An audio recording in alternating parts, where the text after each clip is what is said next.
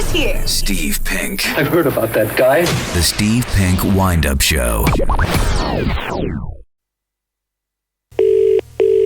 Hello? Mr. Oldcroft, please. I'm sorry, he's not in at the moment. Who is it, please? Is that Mrs. Oldcroft? It is, yes. Andrew Crapper from Stockport Council. Oh, hi. Hi. Can you hear me? Yes. All right. I'm afraid we've had a complaint about this motorhome that you've got. Oh, right. In the back garden from one of the neighbours because of the size of it. Oh. Would it be all right to come down today to see it? Yeah, no problem. Will you be in all day today? I will. It's just that I think we're going to have to get it moved because they're complaining about the size of it. They can't get their car past it. Oh, it was on the front while we did some work on it. Yes, it's in the back garden now. Yeah, I mean, could you give me an idea of the size of it?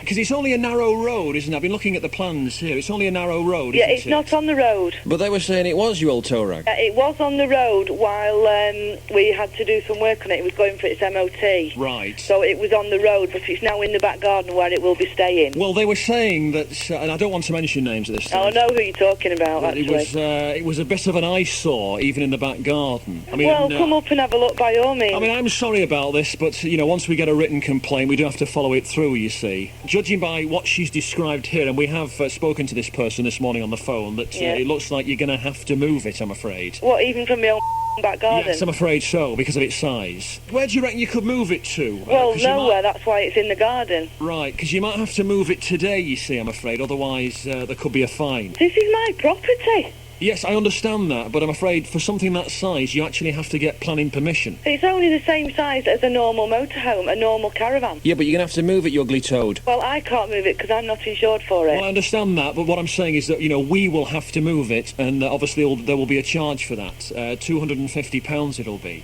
Well, my husband can move it, but he's not home till, like, tea time. Well, you're going to have to get him home, love, and get it moved, because otherwise there is going to be a fine, and it's going to have to be moved before 5 o'clock today.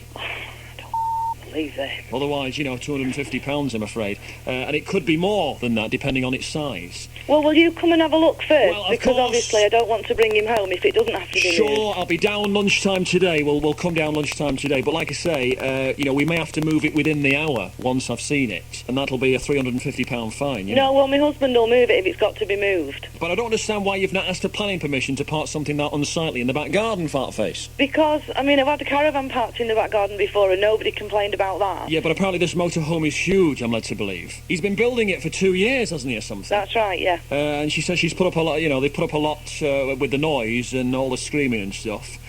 And Screaming?